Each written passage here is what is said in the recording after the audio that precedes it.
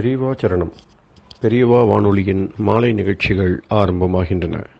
இன்றைய எமது நிகழ்ச்சிகள் நித்திய குரு பாதுகா பூஜா, ஸ்ரீ ரா கணபதி அவர்கள் எழுதிய புத்தகத்தின் ஒளிவடிவம், ஆன்மீக உரை, மகா பெரியவா மகிமை, உபன்யாசம். பெரியவா சரணம். பெரியவா சரணம்.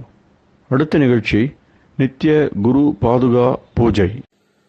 शुक्लां भरदरं विष्णुं शशिवर्णं चतुर्भुजं प्रसन्नवदनं ध्यायेत् सर्वविघ्नोपशान्तये।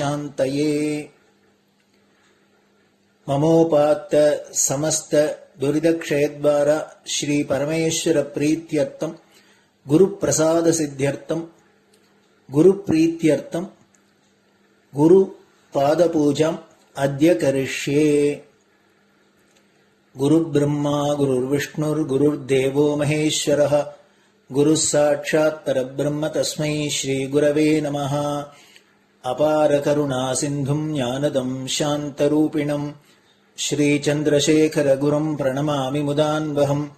सदाशिवसमारम्भां शङ्कराचार्यमध्यमाम् अस्मदाचार्यपर्यन्तां वन्दे गुरुपरम्पराम्. எல்லோரும் குருவை பெரிவாளை தியானம் பண்ணிண்டு அர்ச்சனை பண்ணுவோம். அஷ்டோத்திரம். பெரியவா அஷ்டோத்திரம் பல அஷ்டோத்திரங்கள் இருக்கு. அதுல எளிமையா சுலபமா எது இருக்கோ அதை நான் இப்ப சொல்றேன். எல்லோரும் இதை கேட்டுண்டே திருப்பி சொல்ல முடிஞ்சுவா சொல்லி சொல்லி பெரிவாளுக்கு பாதத்துல ஒவ்வொரு புஷ்பத்தை அர்ச்சனை பண்ணலாம்.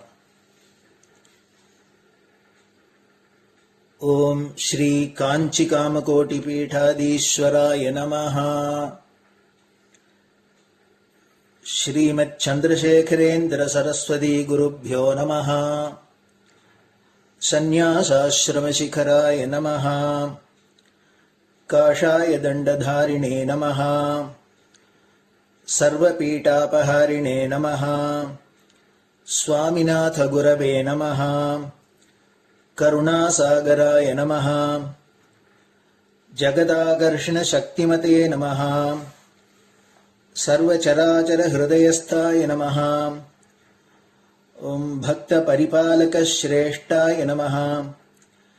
धर्म परिपालकाय नमः. श्री जयेन्द्र सरस्वत्याचार्याय नमः. श्री विजयेन्द्र सरस्वती पूजिताय नमः. शिवशक्ति स्वरूपाय नमः. भक्ताभीष्ट प्रदायकाय नमः. ब्रह्मण्य पोषकाय नमः. ब्रह्म विष्णु शिवैक्य स्वरूपाय नमः. कांची क्षेत्रवासाय नमः. कैलाश शिखरवासाय नमः. स्वधर्म परिपोषकाय नमः. चातुर्वर्ण संरक्षकाय नमः. लोकरक्षण संकल्पाय नमः. ओम ब्रह्मनिष्ठापराय नमः. सर्वपापहराय नमः. धर्मरक्षक संतुष्टाय नमः. भक्तार्पितधन स्वीकर्त्रे नमः. सर्वोपनिषत् सारज्ञाय नमः. सर्वशास्त्रगम्याय नमः. सर्वलोक पितामहाय नमः. भक्ताभीष्ट प्रदायकाय नमः. ब्रह्मण्य पोषकाय नमः. नानाविध पुष्पार्चितपताय नमः. रुद्राक्ष क्रीडधारिणे नमः. भस्मोद्दोलित विग्रहाय नमः. सर्वज्ञाय नमः. सर्वचराचर व्यापकाय नमः. अनेक शिष्य परिपालकाय नमः. मनश्चाञ्चल्य निवर्तकाय नमः. अभयहस्ताय नमः. भयापहाय नमः. यज्ञपुरुषाय नमः. यज्ञानुष्ठान रुचिप्रदाय नमः. यज्ञसम्पन्नाय नमः. यज्ञसहायकाय नमः. यज्ञफलदाय नमः. यज्ञप्रियाय नमः. उपमानरहिताय नमः. स्फटिक तुलसी रुद्राक्ष हारधारिणे नमः. चातुर्वर्ण समदृष्टये नमः. ऋग्यजुस्साम अथर्वणादि चतुर्वेद संरक्षकाय नमः.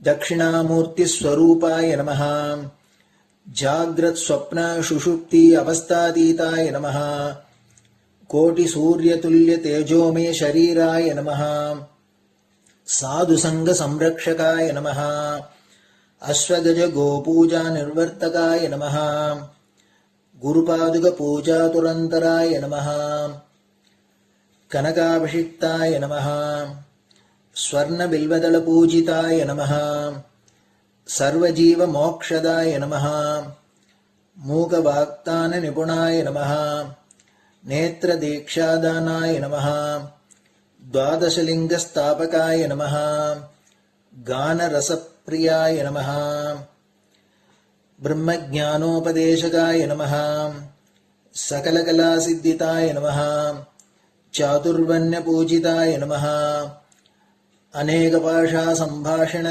कोविताय नमः अष्टसिद्धिप्रदायकाय नमः ओम श्री शारदामठसुस्थिताय नमः नित्यान्नदानसुप्रीताय नमः प्रार्थनामात्रसुलभाय नमः पादयात्राप्रियाय नमः नानाविधमतपण्डिताय नमः श्रुतिस्मृतिपुराणज्ञाय नमः देवयक्षकिन्नरकिंपुरुषपूज्याय नमः श्रवणानन्दकरकीर्तये नमः दर्शनानन्दाय नमः अद्वैतानन्दभरिताय नमः अव्याजकरुणामूर्तये नमः शैव वैष्णवादिमान्याय नमः श्रीशङ्कराचार्याय नमः दण्डकमण्डलोहस्ताय नमः वीणामृदङ्गसकलवाद्यनाथस्वरूपाय नमः रामकथारसिकाय नमः वेदवेदाङ्ग आगमादिसकलकलासतस्प्रवर्तकाय नमः हृदयगुहाशयाय नमः शतरुद्रीयवर्णितस्वरूपाय नमः केदारेश्वरनाथाय नमः अविद्यानाशकाय नमः निष्कामकर्मोपदेशकाय नमः लघुभक्तिमार्गोपदेशकाय नमः लिङ्गस्वरूपाय नमः सालग्रामसूक्ष्मस्वरूपाय नमः कालड्यां शङ्करकीर्तिस्तम्भनिर्माणकर्त्रे नमः जितेन्द्रियाय नमः शरणागतवत्सलाय नमः श्रीशैलशिखरवासाय नमः डमरुकनादविनोदाय नमः वृषभारूढाय नमः दुर्मदनाशकाय नमः आभिचारिकदोषहर्त्रे नमः मिताहाराय नमः मृत्युविमोचकशक्त्याय नमः श्रीचक्रार्चनतत्पराय नमः दासानुग्रहकारकाय नमः अनुराधानक्षत्रजाताय नमः सर्वलोकख्यातशीलाय नमः वेङ्कटेश्वरचरणपद्मषट्पदाय नमः श्री महात्रिपुरसुन्दरी समेत श्री चन्द्रमौलीश्वर पूजाप्रियाय नमः श्रीमच्चन्द्रशेखरेन्द्र सरस्वती सद्गुरु परब्रह्मणे नमः गुरुभ्यो नमः परमगुरुभ्यो नमः परमेष्टिगुरुभ्यो नमः परात्परगुरुभ्यो नमः गुरुपरम्पराभ्यां नमः गुरुपादुकाभ्यां नमो नमः. அடுத்தது ஊதுபத்தி இருந்தா அதை காமிச்சு தூபம், நெய் தீபம் இருந்தா காமிச்சு அதை நெய் தீபம் தீபம் காமிச்சுட்டு நைவேத்தியம் வெத்தலைப்பாக்கு பழம் இதுலேருந்து ஆரம்பிச்சு அவளுக்கு எது சௌரியமோ அதுபடி நைவேத்தியம் பண்ணலாம். அதுக்கு அடுத்தது கற்பூர ஹாரத்தி பண்ணி எல்லோரும் பிரதட்சிண நமஸ்காரம் பண்ணி பெரியவாள்கிட்ட பிரார்த்தனை பண்ணிண்டு எல்லோரும் க்ஷேமமா இருக்கணும், லோகம் பரம மங்களமா சௌக்கியமா இருக்கணும், எல்லோரும் வியாதி வெக்க இல்லாத ஆயுராரோக்கிய ஐஸ்வர்யத்தோட சாந்தம் அமைதியோட ஞான வைராக்கியத்தோட எல்லோரும் நல்லவர்களாயிருந்து நன்மையை அடையணும்னு பிரார்த்தனை பண்ணி இந்த பூஜையை தினம் செய்யலாம்.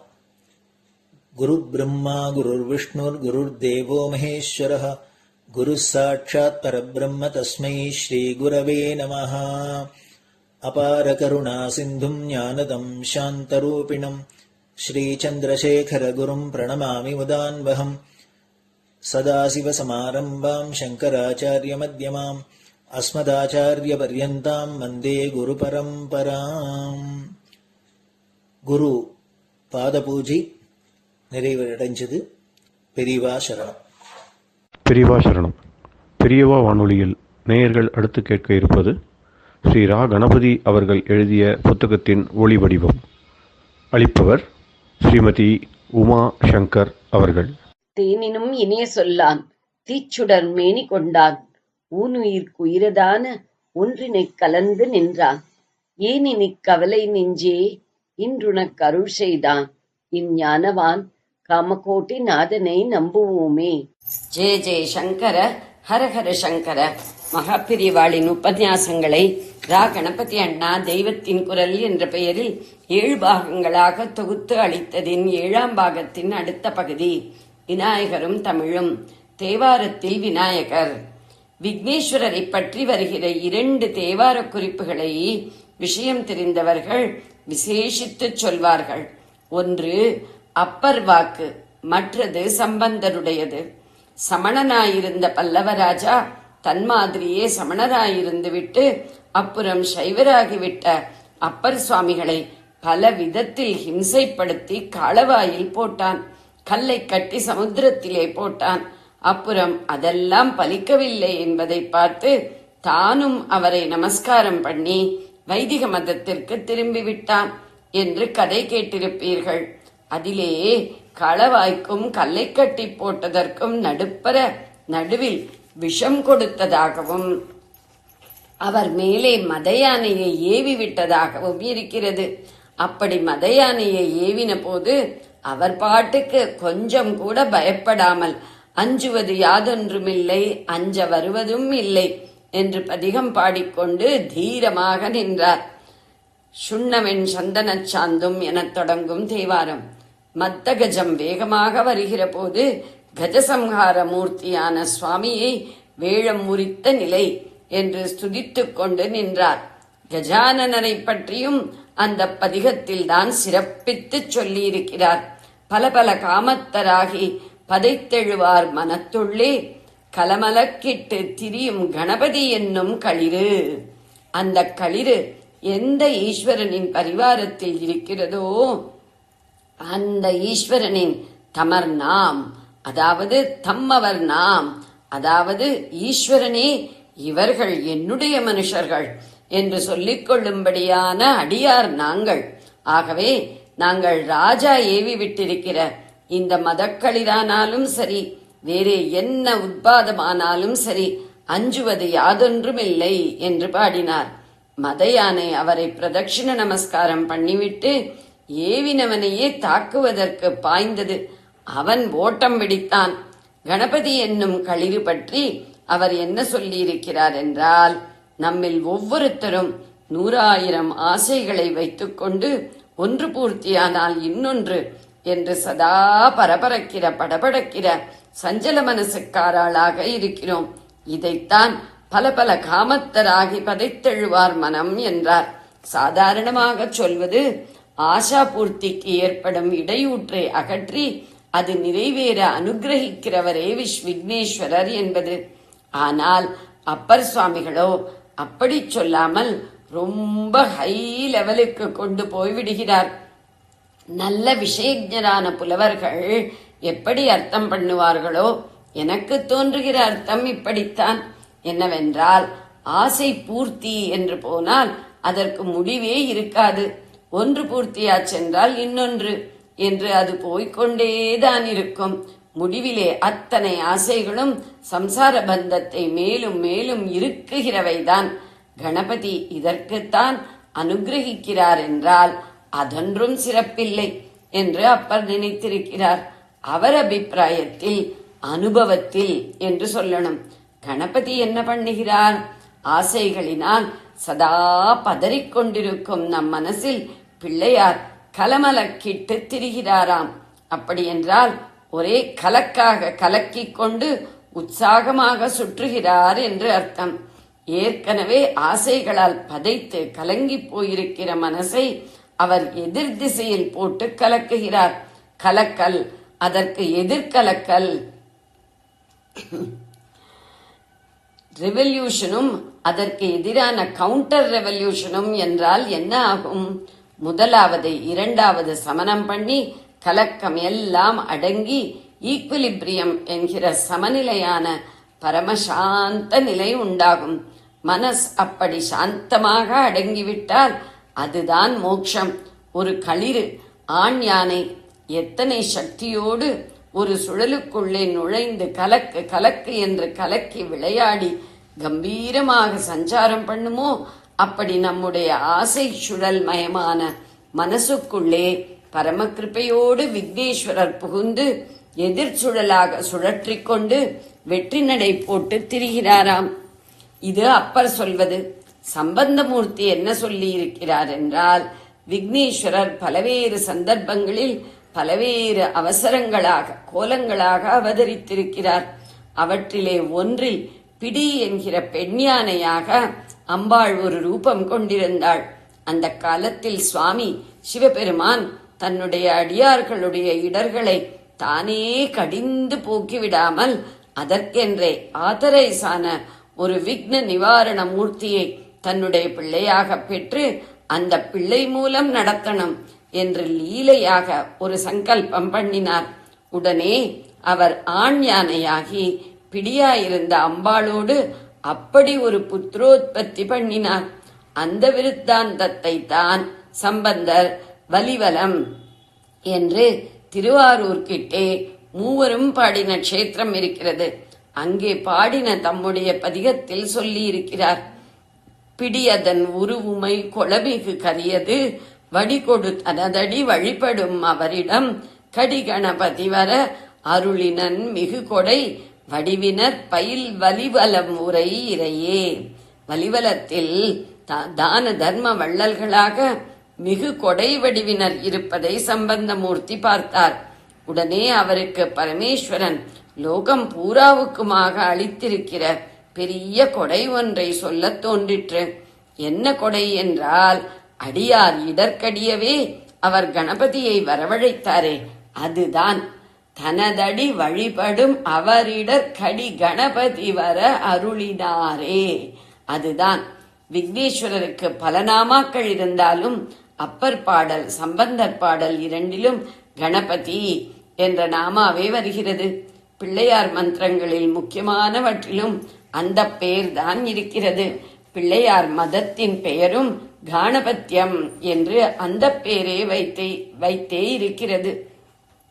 சுந்தரமூர்த்தி சுவாமி இந்த இரண்டு பேரைப் போல பிள்ளையாரை புகழ்ந்து பாடவில்லை.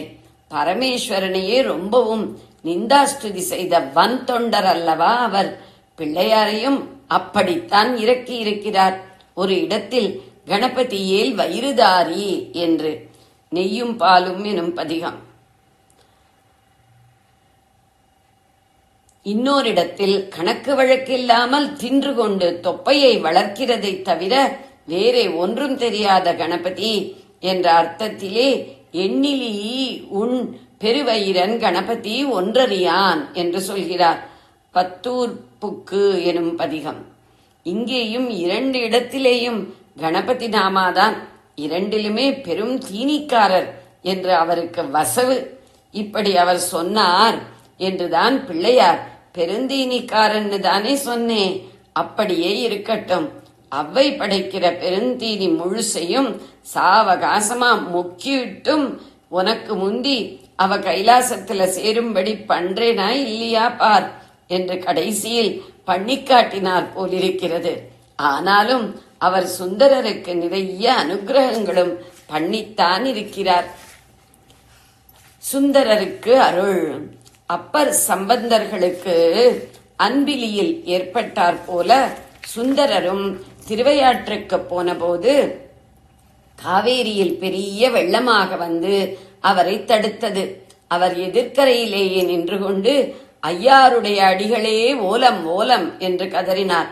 இங்கேயும் அப்பாவுக்கு முந்தி திருவையாற்று பிள்ளையார்தான் பக்தர் கஷ்டத்தை தெரிந்து கொண்டு அவருடைய ஓலத்தை அப்பாவுக்கு தாமே ரிலே பண்ணினார். அதனாலே அவருக்கு ஓலமிட்ட விநாயகர் என்றே பெயர். தோழர், தம்பிரான் தோழர் என்று சுந்தரமூர்த்தி சுவாமிகளை சொல்வார்கள்.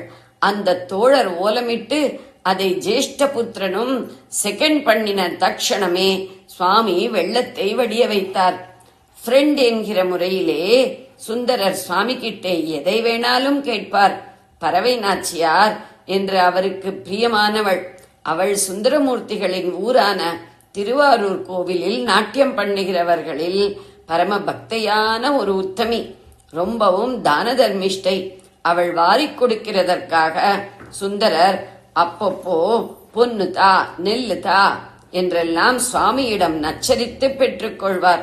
அப்படி திருமுதுகுன்றம் என்று தேவாரத்தில் சொல்லி இருக்கும் விருத்தாச்சலத்திலேயும் அவர் பொன் கேட்டு சுவாமியும் 12,000 பொன் கொடுத்தார். சுந்தரர் அதோடு விடாமல், கொடுத்தது மட்டும் போராது, இதை காபந்து பண்ணி எடுத்துண்டு நான் ஊரா போய் திருவாரூர் சேருகிறது கஷ்டம் ஆனதாலே இதை நீயே எப்படியாவது அங்கே சேர்த்துடு என்றார். சுவாமியும் சரி என்றார். ஆனால் கொஞ்சம் ஈலை பண்ணவும் நினைத்து, இந்த பொன்னை இங்கே ஓடர மணிமுத்தாற்றிலே போட்டுடு, அப்புறம் ஊரா என்னை பாடிண்டு திருவாரூருக்கு போய் அங்கே கமலாலயத்திலே, அதுதான் அங்கே உள்ள பிரசித்தி பெற்ற திருக்குளம், ஈசான்ய வடகிழக்கு மூலையிலிருந்து கலெக்ட் பண்ணிக்கோ என்றார்.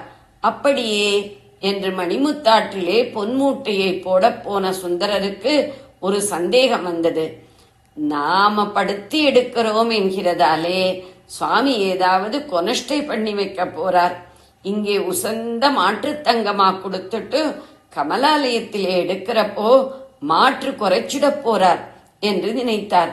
மாற்று என்பது கேரட் மாதிரி, 24 கேரட் 14 கேரட் என்கிறோமே, அப்படி 24ஐயே 14ஆக சுவாமி பண்ணிவிடப் போகிறாரே என்று சுந்தரர் நினைத்தார். 2 இடத்திலேயும் உரைத்து மாற்று பார்த்து கொள்வதுதான் நல்லது என்று நினைத்தார். உடனே அவருக்கு சகாயம் செய்வதற்காக பிள்ளையார் அவர் பக்கத்தில் வந்து நின்றார்.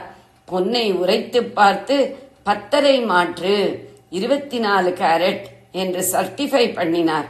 விருத்தாச்சலம் கோவிலில் 63 பக்கத்தில் மாற்றுரைத்த பிள்ளையார் என்றே அவர் இருக்கிறார்.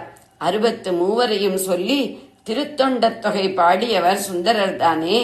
அந்த பொன்னில் பின்னாடி கம்பேர் பண்ணுவதற்காக சாம்பிளாக மச்சம் என்று ஒரு துணுக்கை சுந்தரர் வெட்டி எடுத்துக்கொண்டு மூட்டையை அப்படியே மணிமுத்தாற்றில் போட்டுவிட்டார். அப்புறம் க்ஷேத்திரமாக பாடிக்கொண்டே போய் திருவாரூரை அடைந்தார். பறவை நாச்சியாரை கமலாலயத்தின் ஈசான்யத்தில் படித்துறையில் நிறுத்திவிட்டு குளத்துக்குள் இறங்கினார் பொன்னை எடுப்பதற்காக. இவர் நினைக்காத ஒரு கொனஷ்டையை சுவாமி பண்ணினார். ஏதோ மாற்றுதான் குறைந்தது என்றில்லாமல் முதலுக்கே மோசமாக சுவாமி விளையாடினார். இவர் தேடு என்று தேடியும் பொன்மூட்டையே அகப்படவில்லை. பறவையானால் எங்கேயோ ஆத்திலே போட்டுட்டு இங்கே குளத்திலே தேடறீரே சுவாமி என்று பரிகாசம் பண்ணினாள். அவள் சொன்னது பிற்பாடு வசனமே ஆகிவிட்டது. சுந்தரருக்கு எரிச்சல் பொத்துக்கொண்டு வந்தது. உணர்ச்சி ஜாஸ்தியானால் அவருக்கு பாட வந்துவிடும். ஆனால் வழக்கம் போல் நிந்தாஸ்துதி பண்ணினால் இந்த தடவை சுவாமி காது கொடுக்காமல் இருந்து ஒரு பொம்மநாட்டிக்கு முன்னே தாம் இன்னும் அவமானப்படப் போகிறோமே என்பதால் ரொம்பவும் தைரியமாகவே குழைந்து வேண்டிக் கொண்டு பதிகம் பாடினார். பொன் சமாச்சாரமானதால் பொன் செய்த மேனி நீர் என்றே ஆரம்பித்து பாடினார். பிரிதொரு சமயத்தில் பொன்னார் மேனியனே பாடினதும் சுந்தரர்தான். சுவாமி இவருடைய பாட்டை பெறணுமென்றேதான் சோதித்தது. இவர் பாடின உடனே பொன் அகப்படும்படி பண்ணிவிட்டார். இங்கேயும் பிள்ளையார்தான் வந்து மாற்று பார்த்தார்.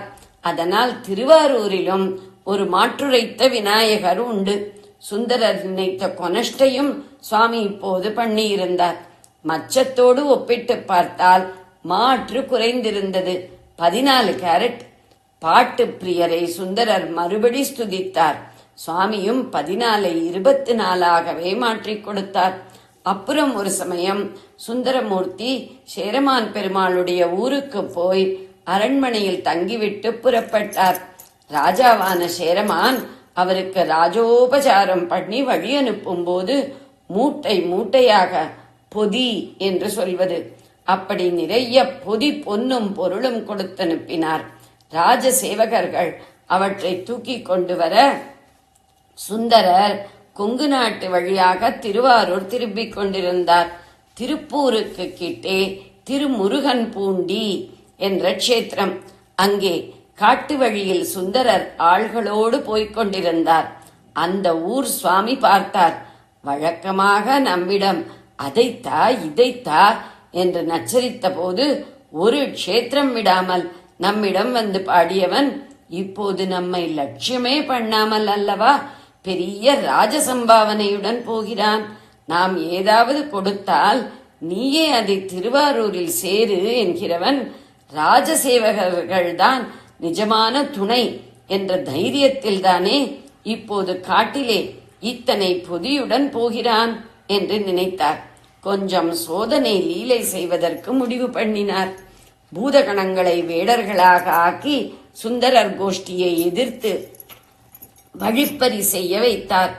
உயிருக்கு ஹானி செய்யாமல் அந்த கணங்கள் பொருளை மட்டும் பிடுங்கிக் கொண்டு சுவாமியிடம் வந்து பொதியை கொடுத்து விட்டன. எல்லாம் பறிகொடுத்து விட்டு சுந்தரர் என்ன செய்வது என்று தெரியாமல் நின்று கொண்டிருந்தார். அப்போது அந்த ஊர் பிள்ளையாருக்குத்தான் கருணை பெருகிற்று. ஊருக்கு பேர் திருமுருகன் பூண்டி. அந்த முருகன் வைதாரையும் வாழ வைப்பான் என்கிறார்கள். ஆனால் அந்த ஊரிலோ அவனுடைய அண்ணாக்காரர் தான் தன்னை வயிறுதாரி என்று சுந்தரர் வைததையும் நினைக்காமல் அவரை வாழ வைக்க நினைத்தார். அதனால் கோவிலை விட்டே கொஞ்ச தூரம் ஓடி வந்தார். சற்று தூரத்தில் சுந்தரரை பார்த்தவுடனேயே ஒரே கூவலாக கூவி அவரை கூப்பிட்டார். இங்கே கோவிலில் இருக்கிற என் அப்பாதான் கணங்களை அனுப்பி வழிப்பறி செய்தது. அதிலே கணபதியான எனக்கு பங்கு இல்லை. நீ கோவிலுக்கு வந்து அவரை பாடு. நீ பாடிவிட்டால் அவர் மனசு குளிர்ந்து தான் பண்ணினதை அப்படியே மாற்றி விடுவார் என்று தகவல் கொடுத்து உபாயமும் சொல்லிக் கொடுத்தார். சுந்தரமூர்த்தியை கூவி கூவி கூப்பிட்ட அந்த பிள்ளையார் கூப்பிடு பிள்ளையார் என்ற பெயரில் திருமுருகன் பூண்டியிலிருந்து அவினாசிக்கு போகிற வழியில் இருக்கிறார். அவருக்கு ரொம்பவும் நன்றி சொல்லிவிட்டு அவர் பரம கருணையோடு வழிகாட்ட சுந்தரர் கோவிலுக்கு போனார். நிந்தாஸ்துதி பண்ணி இன்னும் கஷ்டம் ஏற்பட இடம் கொடுக்க வேண்டாம், சுவாமியேதான் கொள்ளை நடத்தினது என்பது கூட நமக்கு தெரிந்ததாக காட்டிக்கொள்ள வேண்டாம். துஷ்ட வேடர்கள் நிறைந்த இந்த ஊரில் நீ இருக்கலாமா என்று சுவாமியிடம் அங்கலாய்த்துக் கொள்கிற ரீதியிலேயே பாடலாம் என்று சுந்தரர் நினைத்தார்.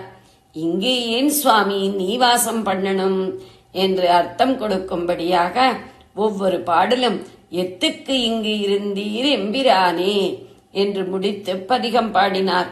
கொடுகு வெஞ்சிலை எனத் தொடங்குவது. சுவாமியும் தாம் தான் அந்த வழிப்பறியை அரேஞ்ச் பண்ணினது என்று காட்டிக்கொள்ளாமல் அந்த வேடர்களுக்கே மனஸ் மாறிவிட்ட மாதிரி காட்டி கணங்களை மறுபடி வேடர்களாக்கி அவர்கள் பொதியை எல்லாம் சந்நிதியிலேயே சுந்தரருக்கு முன்னாடி கொண்டு வந்து போட்டு விடும்படி பண்ணினார். பக்தர்களும் பகவானும் விளையாடிக் கொள்கிறதற்கு எல்லையே இல்லை. ஜெய ஜெய சங்கர, ஹர ஹர சங்கர. பெரியவா சரணம். இந்நிகழ்ச்சியின் அடுத்த பகுதி நாளை மாலை இதே நேரத்தில் ஒளிபரப்பாகும்.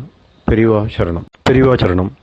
பெரியவா வானொலியில் நேயர்கள் அடுத்து கேட்க இருப்பது திரு கவிக்கண்ணன் அவர்களின் ஆன்மீக உரை. பெரியவா சரணம். ராம் ராம். ஸ்ரீ குருப்யோ நமஹ. ஜெய ஜெய சங்கர, ஹர ஹர சங்கர. பெரியவா வானொலி நேயர்கள் அனைவருக்கும், மகா பெரியவாவுடைய பக்தர்கள் அனைவருக்கும் அடியேன் கவிக்கண்ணனின் அன்பு கலந்த நல்வாழ்த்துக்கள்.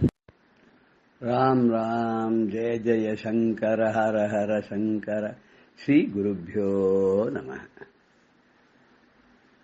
சுப்பிரமணிய புஜங்க ஸ்தோத்திரத்துல ஆச்சாரியாருடைய வர்ணனைய முருகனை பத்தி அவர் கூறியிருக்கிறதெல்லாம் பார்த்து நினைச்சு நான் கூட அப்படியே மனசுல அந்த ரூப லாவண்யத்தை அப்படியே நிலைநிறுத்தி தியானம் பண்றதுக்கு பழகணும். இன்னைக்கு நம்ம பார்க்க போற ஸ்லோகம் 11வது ஸ்லோகம். அந்த 11வது ஸ்லோகத்தை அவர் என்ன வர்ணனை பண்றாருன்னா முருகனுடைய மார்பை வர்ணனை பண்றார். அந்த மார்பு எப்படி இருக்கான் அப்படின்னாக்க சிவப்பா இருக்கான். ஏன் அந்த மார்பு சிவப்பா இருக்கு அப்படின்னு கேட்டாக்க அதுக்கு ஒரு காரணம் சொல்றார். இந்த குறை வள்ளி இருக்கு இல்லையா, வேடனுடைய மகனான வள்ளி மகள், அந்த வள்ளியை கல்யாணம் பண்ணி கொண்டு அவளை ஆலிங்கனம் பண்ணின்றதுனால அவ தன்னுடைய மார்பில ஸ்தனத்து மேல பூசின்னு இருக்கக்கூடிய அந்த குங்குமம்லாம் இருக்கு இல்லையா, இந்த பெரிய ஸ்தனத்து மேல பூசின்னு இருக்கக்கூடிய குங்குமம் இருக்கு, அதெல்லாம் இவனுடைய மார்பில அது இவன் மார்பும் சிவப்பாயிடுத்து அப்படிங்கிறார். அது மாத்திரம் இல்லையா, அத்தனை பக்தர்களுக்கும் ரக்ஷா பண்ணணும்ன்றதுக்காக எல்லா பக்தர்களுடைய கோரிக்கையும் தன் மனசுல வச்சுண்டு அந்த பக்தர்களுடைய ரூபங்களையும் தன் மனசுல வச்சுண்டு அத்தனை பக்தர்களும் தன்னுடைய இதயத்துல தாங்கி கொண்டிருக்கிறதுனால அந்த பாரத்தினாலையும் அவனுடைய மார்பு செவந்து போச்சு அப்படிங்கிறார். இப்படிப்பட்ட முருகன் இருக்கான ரிஷிகளுக்கும் மனிதர்களுக்கும் இம்சை பண்ணிட்டு இருந்த தாரகாசுரன் முதலான அசுரர்களை எல்லாம் வதம் பண்ணான் இல்லையா, அப்பேற்பட்ட முருகனுடைய மார்பு அவ்வளவு அழகா செவந்து இருக்கு அப்படின்னு இந்த ஸ்லோகத்தை சொல்ல போறார். என்ன ஸ்லோகம் பார்க்கலாமா? புலிந்தேஷ கன்யா கனாபோகதுங்க தனாலிங்கனாசக்த காஷ்மீர ராகம் நமஸ்யாம்யகம் தாரகாரே தவோரஹ ஸ்வபக்தாவனே சர்வதா சானுராகம். புலிந்தேஷ கன்யா கனாபோக துங்க ஸ்தன ஆலிங்கன சக்த காஷ்மீர ராகம் நமஸ்யாமி அகம் தாரகாரே தவ ஓரஹ ஊரு தவ ஓரஹ தவோரஹ ஸ்வபக்தாவனே சதா சர்வதா ச அனுராகம். புலிந்தேஷ கன்யா, அந்த வேட்டையாடக்கூடிய அந்த காட்டு பிரதேசத்தில் இருக்கக்கூடிய அந்த வேடனுடைய கன்யா பொண்ணான புலிந்தேஷ கன்யா கனாபோக துங்க ஸ்தன, அதாவது அவ ரொம்ப அழகா இருக்காளாம். வள்ளி வள்ளி யாரு? தேவலோகத்திலேருந்து வந்தவ தானே. மகாவிஷ்ணுவுடைய 2 பெண்கள் சொல்லுவா, வள்ளி தேவையான 2 பேரும் முன்னாடி அது ஏதோ ஒரு காரணத்துக்காக பூலோகத்துக்கு அவ வந்தா தேவசேனாவாகவும் வள்ளியாகவும் மாறி முருகனை கல்யாணம் பண்ணிட்டான்னு சொல்லுவா. அதனாலதான் முருகனை கூட விஷ்ணுக்கு மாப்பிள்ளைன்னு கூட சொல்ற உண்டு. மருமகன் ஒண்ணு மாப்பிள்ளை ஒண்ணுன்னு சொல்றதெல்லாம் உண்டு. அப்படி ஒரு கனத்த ஸ்தனபாரத்து மேல அவ போட்டு இருக்கிற காஷ்மீர ராகம் குங்குமப்பூவால பூசின்னு இருக்காளாம், மார்பெல்லாம் பூசின்னு இருக்காளாம். அப்பேற்பட்ட ஆலிங்கனாசக்த அந்த வள்ளியை கட்டி தழுவக்கூடிய ஆலிங்கனம் செய்யக்கூடியவனாக இருக்கக்கூடிய முருகா, அகம் நமஸ்யாமி, நான் உன்னை வணங்குகிறேன். நீ யாரு அப்படின்னு நான் வணங்குறேன்னார, எதை வணங்குறேன்? தவ ஓரஹா அப்படின்னு தவோரஹான்னர், உன்னுடைய மார்பு பிரதேசத்தை, சிவப்பாக இருக்கக்கூடிய மார்பு பிரதேசத்தை நான் வணங்குகிறேன். தாரகாரே, அந்த தாரக்கன்கக்கூடிய அந்த அசுரனுக்கு எதிரியாக இருந்து அவனை அழித்தவனே.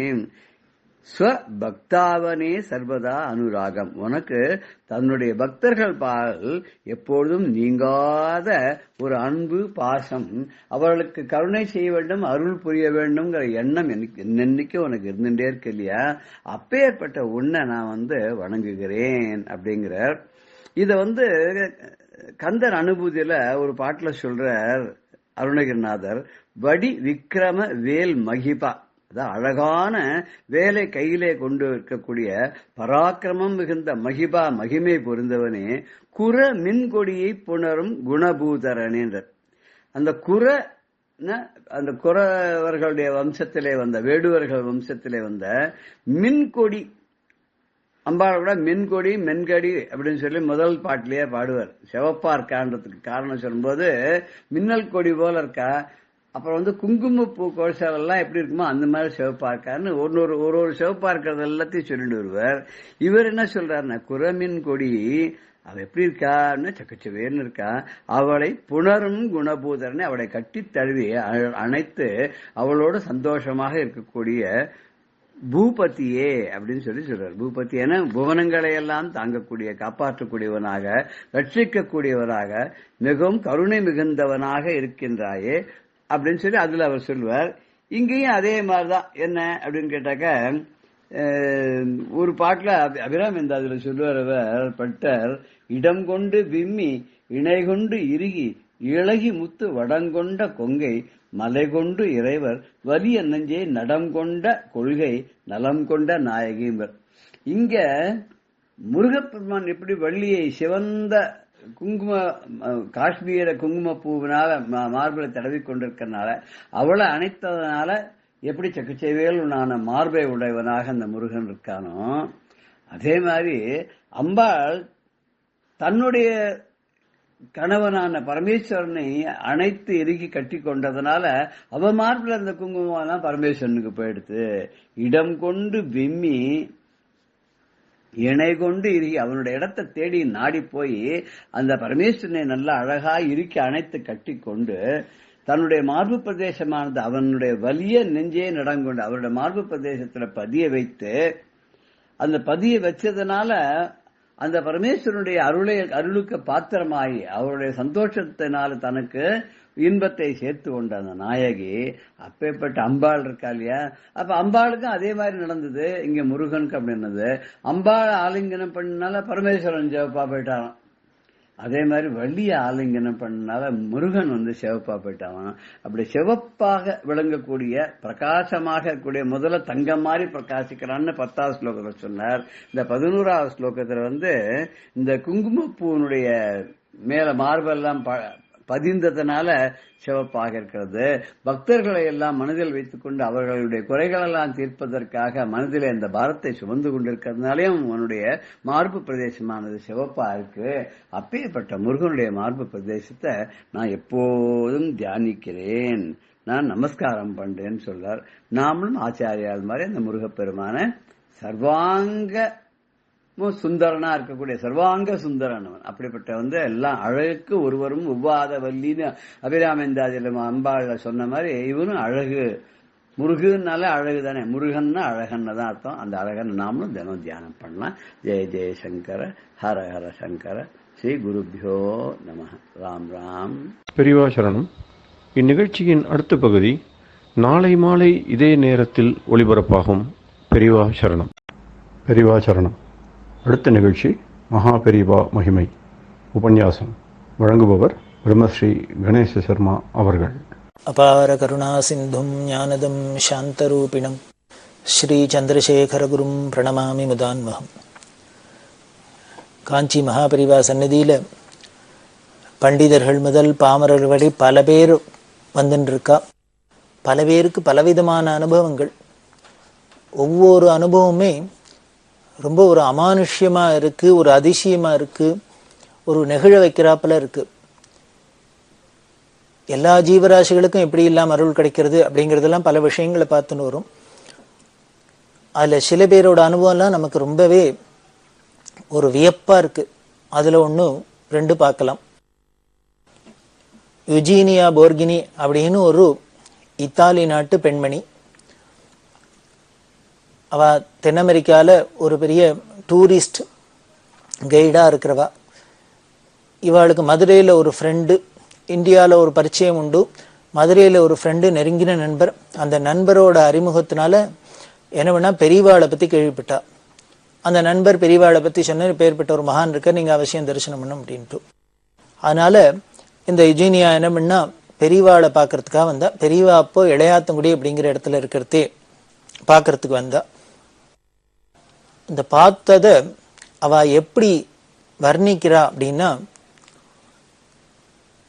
நான் லைஃப்பில் நாம் அது மாதிரி ஒரு விஷயத்தை பார்த்ததே கிடையாது. I have never seen such an extraordinary being அப்படிங்கிறா. இது மாதிரி ஒரு பிரத்யேகமான அம்மா ஒரு விஷயத்த நான் பார்த்ததே கிடையாது. ரொம்ப எக்ஸ்ட்ராடினரியா இருந்தது பெரியவாளை. எதை பெரியவாளோட ரூபத்தையே சொல்றா. பொதுவா நாம மனுஷா அப்படின்னா என்ன சொல்றோம் அப்படிங்கிற இந்த மனுஷன் அப்படிங்கிற வார்த்தைக்கு எப்படி நாம அர்த்தம் பண்ணிக்கிறோம் அப்படின்னா, ஒரு ஃப்ரெஷ் அண்ட் பிளட்ல இருக்கிற கையை காலு மூக்கு நாக்குள்ளாம் இருக்கிற ஒரு பாஞ்ச பௌதிகமான சரீரத்தை தான் நாம மனுஷன் அப்படிங்கிற வார்த்தையினால அர்த்தம் பண்ணிக்கிறோம். ஆனால் இதே அர்த்தத்தை அவருக்கு நாம சொல்ல முடியுமோ? பொருந்தாது. ஆனா பார்த்தா நம்மள மாதிரி ஒரு மனுஷ சரீரம் மாதிரி இருக்கு. ஆனா அது நிச்சயமா நம்மள போல ஆர்டினரியா ஒரு விஷயம் இல்லை, பாஞ்சபௌதிகமான ஒரு சரீரமா எனக்கு தெரியல அப்படின்னு சொல்லிட்டு எப்படி அவருக்கு தெரிஞ்சது அப்படின்னா, அவரை எப்போ பார்த்தாலும் சரி நினைச்சாலும் சரி அவரை ஒரு மனுஷனாவே என்னால நினைக்க முடியல, ஒரு மனுஷ உருவமா பார்க்க முடியல. முதல்ல நான் பார்க்கறதே அவர் எப்படி இருந்தேன்னு ஒரு ஒளியா தெரிஞ்சது. ஒரு ஜோதிஸ் அப்படிங்கிற ஒரு லைட் மாதிரி இருந்தது. அந்த லைட்டை பார்த்தா எப்படி இருக்கு அப்படின்னர் அந்த அம்மா. அவ சொல்றது வேடிக்கையா இருக்கும், ஆச்சரியமா இருக்கும். His holiness mainly made of light அப்படிங்கிற. அது எப்படின்னா மெழுகுவர்த்தி ஒளி இப்படி மேலே எங்கேயும் போயிட்டு சின்னதாகி பெருசாயெல்லாம் வருமோ இல்லையோ, அதை மாதிரியே பல சமயங்கள்ல அவர் பெரியவராகவும் சின்னதாகவும் அரப்பெல்லாம் தெரியறது. ஜோதிஷாவே எனக்கு தெரிஞ்சது அப்படிங்கிறா. இது என்ன சார் ஒருத்தருக்கு கண்ணுக்கு ஒரு ஆளு ஜோதியா தெரியுமா அப்படின்னா, சாதாரண மனுஷாலா இருந்தா தெரியாது, இதுதான் எக்ஸ்ட்ராடினரி அப்படின்னு விட்டாளே. இது மாதிரி நான் ஒரு விஷயத்த இதுக்கு முன்னால ஒரு व्यक्तिயை பார்த்ததே கிடையாதுன்னு சொல்லியிருக்காளே, அது எப்படி ஒளியா தெரிஞ்சதுன்னு.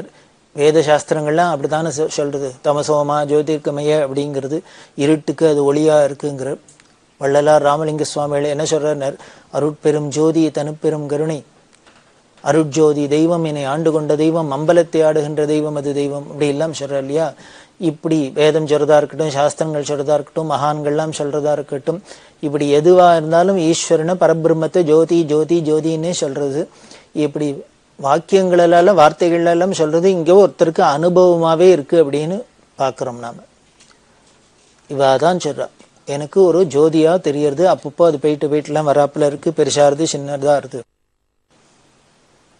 இது மாதிரி ஒரு விஷயத்த நான் அதுக்கு முன்னாலேயே பார்த்தது கிடையாது.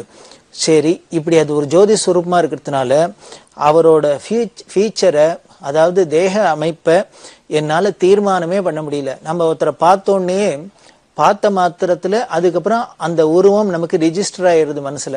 அதுக்கப்புறம் எப்போ அதை நினைச்சாலும் அவளை நினைச்சாலும் உடனே அதுதான் அந்த ஃபார்மேஷன் வந்து நமக்கு நிக்கிறது. உதாரணத்துக்கு சொன்னா, ஒருத்தரை பார்க்க முடியும்னா குட்டையா இருக்கார், கருப்பா இருக்கார், குண்டா இருக்கார், இல்ல இருக்கிற ஒல்லியா இருக்கார், ஒசரமா இருக்கார், இப்படி எல்லாம் தெரியறது இல்லையா. இப்படி பெரியவாளை பார்த்தா இப்படி என்ன மாதிரி அவரோட உருவ அமைப்பை தீர்மானம் பண்ணிக்கலாம் அப்படின்னா அது பண்ணிக்க முடியல. அது எப்படி ஆயிடுதுன்னா அப்பப்போ மாறிண்டே இருக்கு. வேக்ஸ்ல பண்ணின மாடல் மாதிரி அவர் அப்பப்போ அந்த உருவம் மாறிண்டே இருக்கு. இது எனக்கு ஒரு அதிசயமா இருந்தது. அவர் ரொம்ப நல்ல ஒசரமா இருக்கிறதாவே முதல்ல எனக்கு தோணித்து. அதுக்கப்புறம் நான் இன்னொரு தடவை வந்து பெரியவாளை தரிசனம் பண்ண வரத்தி பார்த்தாக்க திடீர்னு டோட்டலி எனக்கு டிஃபரெண்டா தெரிஞ்சார். அப்போ பார்த்தாக்க சாதாரணமா ஒரு பௌதீக சரீரத்துல அவர் பார்க்கறதே ஒரு சுமார் 5 அடி மதிக்கத்தக்க ஒரு அளவோட ரொம்ப ஒல்லிய சரீரத்தோட இப்படி எல்லாம் இருக்கிறது தான் தெரிஞ்சுது. இப்ப ஏன் இப்படி தெரிஞ்சதுன்னு, முதல்ல வரத்தே அந்த ஜோதி சுரூபமா தன்னை வெளிக்காமிச்சின்னு அந்த பெரியவா இப்போ ஏதோ சுவிட்ச் ஆஃப் பண்றாப்புல அந்த ஜோதியை சுவிட்ச் ஆஃப் பண்ணிருக்கா. இப்போ பாஞ்ச பௌதிகமான சரீரம் மட்டும் தெரியறது அப்படிங்கிற. இதுக்கு உதாரணம் எப்படி சொல்றா அப்படின்னா, அந்த பக்தர் உள்ளுக்குள்ள இருக்கிறத ஸ்படிகம் இருக்கு, ஸ்படிகத்துக்கு பின்னால விளக்க வச்சாலும் இந்த பக்கம் அந்த வெளிச்சம் தெரியும். நீங்க பார்த்தீங்கன்னா இந்த கண்ணாடிக்கு பின்னால விளக்கு வச்சா விளக்கு அப்படியே தான் இருக்கும். கண்ணாடி என்ன கலர்ல இருக்கோ அதுக்கு ஏத்தாப்புல தெரியும். பச்சை கண்ணாடியா இருந்தா பச்சை விளக்கு, சேப்பு கண்ணாடியா இருந்தா சேப்பு விளக்கு மாதிரி பெரியவாளும் ஸ்பட்டிகமா இருக்கா. அப்போ ஜோதியா வெளியில தெரிஞ்ச என்னன்னு, உள்ளுக்குள்ள அவளோட அந்த ஆத்ம பிரகாசம் இருக்கே, அந்தராத்மாவா ஜோதி ஸ்வரூபமா இருக்கிற அந்த ஆத்மஸ்வரூபம் பிரகாசிக்கிறதுனால இவாளுக்கு அந்த பஞ்சபௌதிகமான சரீரமே சுத்த ஸ்படிகமா இருக்கிறதுனால உள்ளுக்குள்ள இருக்கிற அந்த ஜோதி தான் வெளியில தெரியுது. சில சமயங்கள்ல அவ வரக்கூடிய இந்த பக்தர்களோட தராதரத்தை யோகீதைய அவ தீர்மானம் பண்ணி சில சமயங்கள சுவிட்ச் ஆஃப் பண்றாப்புல அந்த ஜோதி ஸ்வரூபத்தை மறைச்சுக்கிறாள். அவ மறைச்சுண்டா இப்ப இந்த பஞ்சபௌதிகமான சரீரம் தெரியுது அப்படின்னு அவ சொல்றா. இது நமக்கு ஒரு ஆச்சரியமா இருக்கலாம். ஏன்னா நம்மளை பொறுத்த வரைக்கும் அது ஒரு பெரிய பஞ்சபௌதிகமான சரீரமா தான் பார்த்துருக்கோம். பெரியவா அப்படின்னாலே ஏதோ ஒரு வியக்தி ஒரு மனுஷ சரீரத்துக்குள்ள பார்த்துட்டு மிஞ்சி மிஞ்சி போனா அவ ஒரு பெரிய திருக்கால ஞானி, காஞ்சிகாம கோடி பீடாதிபதிகள், ஒரு பெரிய தபஸ்வி ஞானி, இப்படி எல்லாம் தான் நமக்கு தோணி இருக்கு. அப்ப கூட அந்த சரீரம் மனுஷன், அது ஒரு மனுஷ சரீரங்கிற பாவம் நம்மளை விட்டு போகவே இல்லை. ஆனா இது மாதிரி சில பக்தாளுக்கெல்லாம் எப்படி இருக்குன்னு அவ முதல்ல பாக்குறதையே இது மனுஷ சரீரம் இல்ல, இது ஒரு திவ்யமான வஸ்து, தெய்வீகமான வஸ்து அப்படிங்கிறது தெரிஞ்சிருக்கு அவளுக்கு. அதனால இவாளை ஒரு மனுஷ பாவத்துக்குள்ள அவளால கற்பனையும் பண்ணி பார்க்க முடியாது, அப்படி எல்லாம் இருந்திருக்கா அப்படின்னு தெரியுது. இது யாரோ ஒரு போர்கினிக்கு தான் தெரிஞ்சாளா அப்படின்னர். பல பேருக்கு தெரிஞ்சிருக்கா. அதுவும் பார்த்தேன்னா குறிப்பா மேல்நாட்டுக்காரர்களுக்கெல்லாம் தெரிஞ்சிருக்கா. காரணம் அவள்லாம் அந்த சத்தியத்தை தேடுறதுலயும் அந்த உண்மையை தெரிஞ்சுக்கணுங்களே தீராத தாகத்தோட ஒரு முமுட்சுக்களா வந்தவாளுக்கெல்லாம் இது மாதிரி தரிசனம் ஆயிருக்கு அப்படின்னு தெரியுது. இன்னொரு சமயம் இன்னொரு வெள்ளக்காரர் வந்தார். ராத்திரி பெரியவா உள்ளுக்குள்ள விஸ்ராந்திக்கு போயாச்சு. பெரியவாள்கிட்ட கைங்கரியம் சில கைங்கரியப்பர்கள் இன்னும் வந்தவாள்ல ஒருத்தர் 2 பேர் அங்க உட்காந்துன்னு வெளியில உட்காந்துருக்கா. ஒரு கார் வந்தது. கார்லேருந்து ஒரு வெள்ளக்காரர் வந்தார். வந்தவர் என்ன பண்ணார், இதுதானே சங்கராச்சாரிய இருக்கிற இடம்? ஆமா அப்படின்னு. நான் இமீடியட்டா இப்போ அவரை பார்க்கணும் அப்படின்னு கைங்கரியம் பண்ணவர் சொன்னார். இத்தனை நேரம் கார்த்தாலேருந்து தரிசனம் கொடுத்துட்டு இப்பதான் ரெஸ்ட்டுக்கு போயிருக்கா, இப்போ பார்க்க முடியாது, அகாலம் ஆயிடுத்து, நீங்க கார்த்தால வாங்கோ, கார்த்தால பார்க்கலாம் அப்படின்னு. அந்த ஆளு சொன்னார், இல்ல நாளைக்கு நான் ஊருக்கு போயாகணும், எனக்கு இப்பயே பார்க்கணும் அப்படின்னு. இப்ப பார்க்க முடியாது அப்படின்னு இவ சொல்லிட்டு இருக்கா. இப்படி இவா 2 பேரும் வாக்குவாதம் நடந்துக்கிட்டு உள்ளேந்து கையை தட்டினா கூப்பிட்டா. இந்த கைங்கரியம் பண்றவர் உள்ளுக்குள்ள போனார். போனோன்னு பெரியவா கிட்ட என்ன பார்க்க யாரான்னு வந்திருக்காளா அப்படின்னு. இந்த கைங்கரியம் என்றவர் பார்த்தார். வந்திருக்கிற வெள்ளக்காரனா இருக்க. இந்த வெள்ளக்காரெல்லாம் வந்தா பல மணி நேரம் உட்காந்துன்னு மெடிடேட் பண்ணிட்டு உட்காந்துன்னு இருப்பா. பெரியவாளு சிவனேன்னு தாப்புல பிசாத உட்காந்துருப்பா. இல்லையா ஏதானும் கேள்வியெல்லாம் கேட்டு தொலைச்சுட்டே இருப்பா. இப்படி ஏதானு காரியம் நடக்கும். அதனால பெரியவாளை படுத்துக்க போயாச்சு ரெஸ்ட்டுக்குன்னு அவளை திருப்பி டிஸ்டர்ப் பண்ண வேண்டாம், எல்லாம் வெளியில ஒருத்தரும் இல்லை அப்படின்னு இவராவே இந்த விஷயத்தை உண்மையை மறைச்சு சொன்னார். பெரியவா இல்லை, வெளியில பேச்சு குரல் கேட்டுதே அப்படின்னு. இந்த பேச்சு குரல் கேட்டது அதோ இங்க பெரியவாள்கிட்ட எப்பொழுதும் வந்தா தரிசனத்துக்கு வந்தாலே எப்பொழுதும் வரவாதான் இருக்கா அப்படின்னு 2-3 பேர் ரெகுலரா வரவாள் பேர் சொன்னார். அதுல நாகலட்சுமி அப்படின்னு இந்த நாகலட்சுமி வரலாம் தான் இருக்கா அப்படின்னு. உடனே பெரியவா சொல்றா, நாகலட்சுமி இருக்காங்கிற நான் ஆம்பளை குரல்லாம் கேட்டது அப்படின்னு. பெரியவாள்கிட்ட ஒரு உண்மையை மறைச்சு ஒருத்தராலையும் ஒன்றும் ஜெயிச்சுட்டே வர முடியாது. அது எப்படி சத்திய வஸ்துவோ அங்க ஒளிவு மறைவே கிடையாதோ சுத்தஸ்படிகமோ அதே போலதான் நம்மளையும் பண்ணிவிடுவா. நாமளும் அப்படி ஏதானு அங்க போய் மறைச்சு கரைச்சு ஏதானு பண்றதுக்கு பார்த்தோம்னா அங்க ஒன்றும் எடுபடாது. கடைசியில நம்மள உண்மையை கறக்கிற வரைக்கும் விடமாட்டா. இப்படி எல்லாம் கேள்வி கேட்டோம்னா அவரால் என்ன பண்றதுன்னு தெரியல கைங்கரியம் பண்றவருக்கு. ஆமா ஒரு வெள்ளைக்காரர் வந்திருக்காரு அப்படின்னு. அப்ப அவர் அங்க உட்கார சொல்லு, நான் வரேன் அப்படின்னு விட்டா. சரியா போச்சா? இவர் வெளியில வந்த உட்காந்துக்கோப்பா அப்படின்னா அந்த ஆளை உட்காத்தி வச்ச. பெரியவா வந்தவா அந்த ஆளுக்கு பக்கத்துல தாப்புல உட்கார்ந்துட்டு இருக்கா. அந்த ஆளு ரொம்ப சந்தோஷமா தரிசனம் பண்ணிட்டார். உடனே என்ன பண்ணார், தாப்புல உட்காண்டார். சித்த நேரம் கண்ணை மூடின்னு உட்கார்ந்துட்டு பார்க்கிறவர் பெரியவாளை அப்படியே தியானிக்கிறவர் ஒரு உணர்ச்சி வசப்பட்டார். கொஞ்ச நேரம் கழிச்சு அப்படி செலுத்துன்னு ஏந்துண்டவர் பெரியவாளை தொடரத்துக்கு போறார். உடனே கூட இருக்கிறவர் என்ன பண்ணார், அந்த தர்பாசனத்தை வச்சு அவர் மேல பற்றாத இருக்கணும் தொற்றாத இருக்குமே அப்படி குறுக்க வச்சு தடுத்தார்.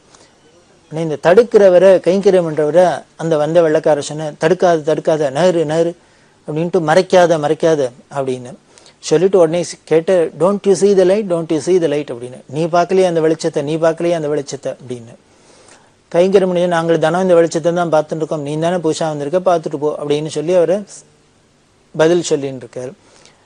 அப்புறம் இவர் தானே இந்த பால் பிரண்டன் சொன்ன சங்கராச்சாரியர்? ஆமாம் இவரே தான், சாட்சாத் இவரே தான் அப்படின்லாம் சொன்னா பரம சந்தோஷம். அவர் உடனே உத்தரவு வாங்கிட்டு கிளம்பி போயாச்சு. பெரியவாளும் கிளம்பி உள்ளுக்குள்ள போயாச்சு. போறதே இந்த கைங்கரியம் பண்றவர்கிட்ட கேட்டா, அவன் நீ என்ன பண்ணினா அவன் என்ன அவன் உங்ககிட்ட சொல்லியிருந்தான், 2 பேரும் என்ன சொல்லியிருந்தாள் அப்படின்னு.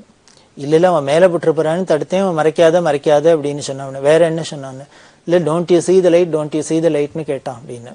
நீ அந்த வெளிச்சத்தை பார்க்கலையா அந்த ஒளியை பார்க்கலையான்னு கேட்கறான் என்ன அப்படின்னு. ஓ அப்படியா அப்படின்னு பெரியவா சிரிச்சா.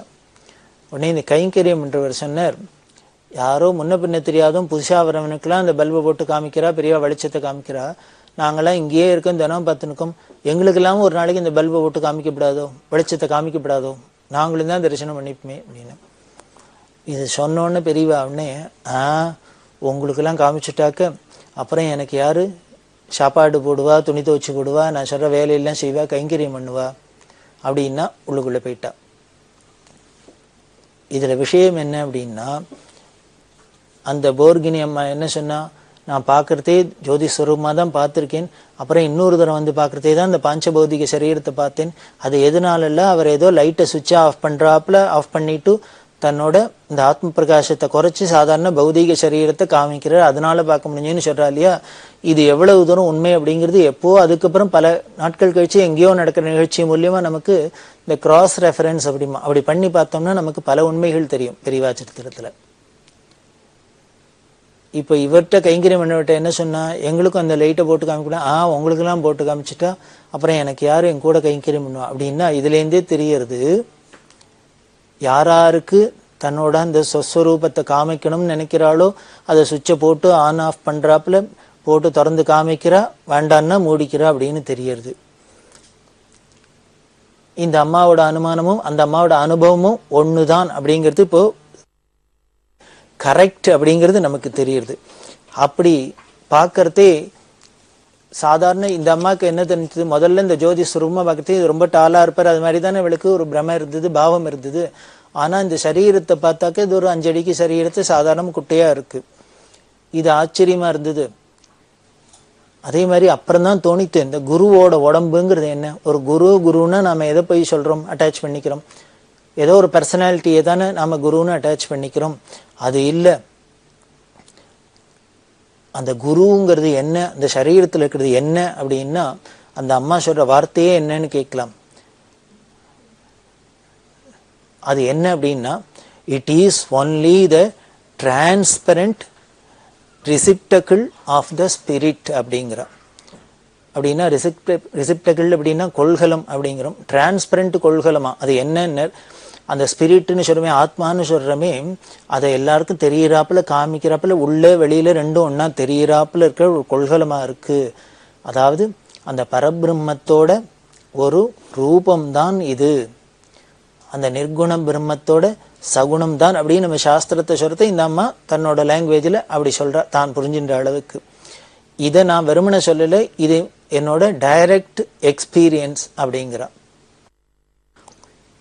அதுதான் அந்த பெரியவா அப்படிங்கிறது எப்பேற்பட்ட ஒரு వ్యక్తి அப்படின்னு.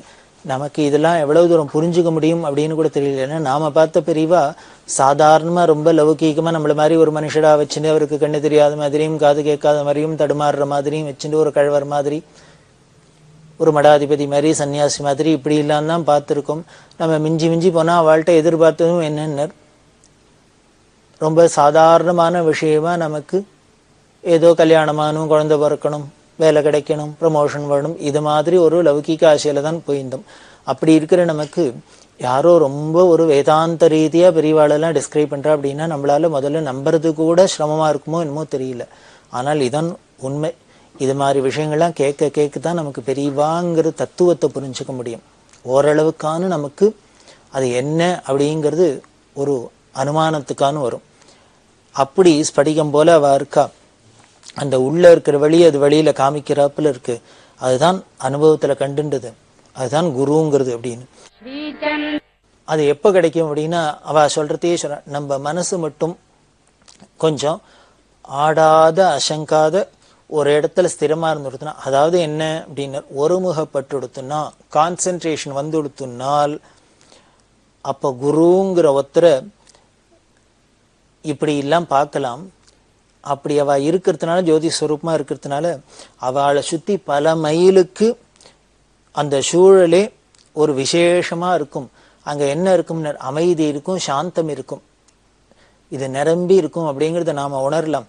இப்படி ஒரு அமைதியான சாந்தமான சூழ்நிலையை நாம பார்த்தாலே, எக்ஸ்ட்ராடினரியா ஒரு சூழ்நிலையை பார்த்தாலே நம்ம அதை வச்சுட்டே அனுமானம் பண்ணிக்கலாம், இங்க யாரோ ஒரு மகான் இருக்கார், நிச்சயம் இந்த இடத்துக்குள்ள ஒரு மகான் இருக்கணும் அப்படின்னு தீர்மானம் பண்ணிக்கலாம். அந்த மகான் இருக்கிற இடத்துல இப்ப ஏற்பட்ட சூழ்நிலையும் நாம உணரலாம், இல்லை இப்ப ஏற்பட்ட சூழ்நிலை இருக்கிற இடத்துல ஒரு மகான் இருக்கணும்னு தீர்மானம் பண்ணலாம். அப்படின்லாம் அவ ரொம்ப வர்ணிச்சுன்னு போறா. இதை நாமளும் உணர்ந்திருக்கோம், ஓரளவுக்கு புரிஞ்சுக்கவும் இருக்கோம். என்ன அப்படின்னா, ஒரு வைப்ரேஷன் இருக்கு சார், வைப்ரேஷன் இருக்கு சார் அப்படிங்க சில இடங்கள்ல பொறுத்து. என்ன வைப்ரேஷன்? இதான் அது. அந்த சன்னதியில பார்த்தா ஏதோ ஜனங்கள்லாம் வராப்புல இருக்கு, போறாப்புல இருக்கு, ஒரே ஒருத்தர் பேசுறா, ஒருத்தர் அழறா, சிரிக்கிறா, என்னெல்லாமோ நடக்கிறது. எத்தனையோ ஒரே அமக்களப்படுறாப்புல இருந்தா கூட இது அத்தனை மீறி ரொம்ப விசித்திரமா ஒரு அமானுஷ்யமான ஒரு விஷயத்த அங்க நாம உணர முடியறது. அந்த சந்நிதியில இருக்கிறதே நம்மளோட மனசே எங்க போச்சுன்னு தெரியல. மனசுங்கிற ஒண்ணு இருக்கா இல்லையா அப்படின்னு தெரியாத அளவுக்கு நமக்கு ஒரு க்ஷணகாலத்துக்கான ஏற்படுறது. அப்படி மனசுங்கிறதே அங்க போயிடுறதுனால அப்போ டைம் போறது தெரியல, நமக்கு பசி இல்லை, தாகம் இல்லை, தூக்கம் இல்லை, மணி ஆனது தெரியல.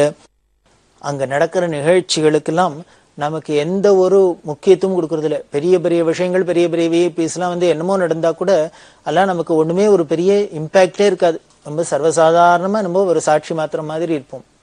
ஏன் அப்படின்னா, இருக்கிறதுலே பெரியதான ஒரு விசித்திரத்தை, அந்த நிர்குண பிரம்மத்தை இப்படி சகுணமா பார்த்து நாம அனுபவிக்கிறதுனால மற்ற நிகழ்ச்சிகளுக்கெல்லாம் ஒரு முக்கியத்துவம் இல்லாத போய்டுறது, அதெல்லாம் நமக்கு ஒரு பொருட்டா இல்லாத போய்டுறது.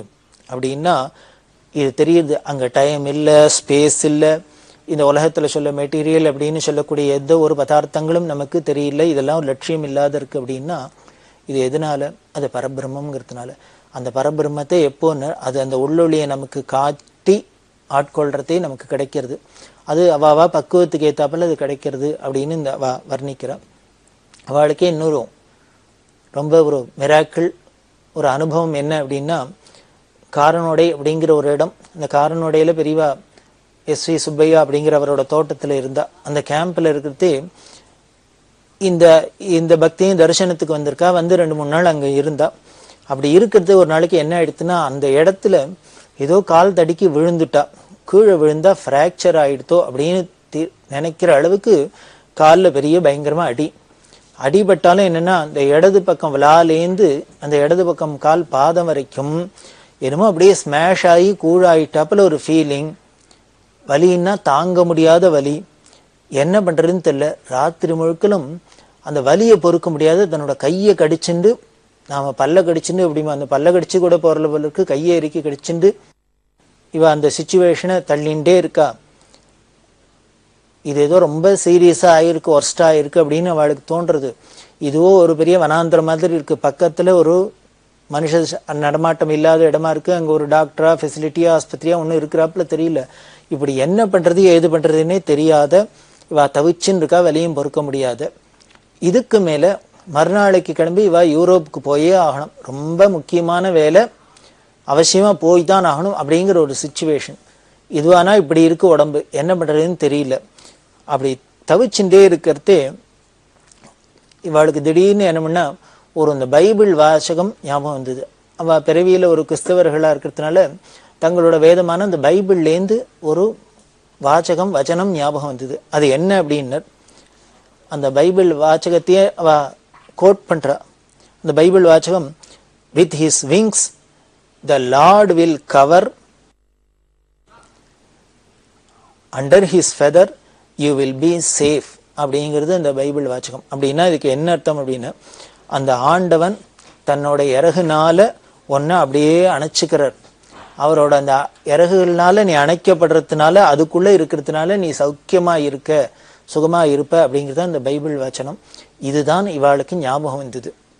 இப்படி சிச்சுவேஷன் ரொம்ப ஒர்ஸ்டா இருந்து, தனக்கு என்ன ஆயிருக்கு ஏது ஆயிருக்கு அப்படின்னு இருந்து வலி தாங்க முடியாத இருக்கிற சிச்சுவேஷன்லயும் இந்த வேத வாச்சனம் மனசுக்கு வந்ததுனால, சரி நம்மளும் இந்த பெரியவாங்கிற அந்த அருள் வலைக்குள்ள இருக்கும். அவ அருள் சக்தி நம்மள மூடின்னு இருக்கு. அதனால நாம நினைக்கிறாப்புல ஒன்னும் ஆகாது, இது ஏதோ சரி ஆயிடும் அப்படிங்கிறாப்புல தன்னைத்தானே மனசை ஒரு விதமா சமாதானப்படுத்த கிட்டத்தட்ட வெடிகார்த்தால சமயத்துல இந்த அம்மாக்கு அசதியில தூக்கம் வந்தது. தூங்கி போயிட்டா. ஒரு வழியா தூங்கியாச்சு. எத்தனை நேரம் தான் யோஜனை உண்டு, எத்தனை நேரம் தான் நாம பல மீண்டு கவலைப்பட்டு இருக்கிறது. நேராக தானே சோர்ந்து போறதே, கலப்பு ஏற்படுத்தே ஒரு தூக்கம் வந்துடுறது இல்லையா, அது மாதிரி தூக்கம் வந்தது. அந்த தூங்கி ஏந்துட்டு திடீர்னு ஏந்துண்டா. அப்புறம் முழிச்சுண்டா. ஏந்துண்டாக்க ஆச்சரியம் என்னென்ன, சர்வ சகஜமா ஏந்துண்டா இந்த அம்மா தன்னோட காரியத்தெல்லாம் முடிச்சுண்டு நேர பெரியவாள்கிட்ட சன்னதிக்கு போறா.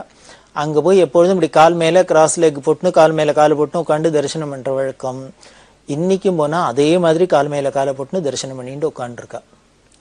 தரிசனம் பண்ணிட்டு உட்காந்தா அப்பதான் தெரிஞ்சது ஒண்ணுமே நடக்காத மாதிரி இருக்கு.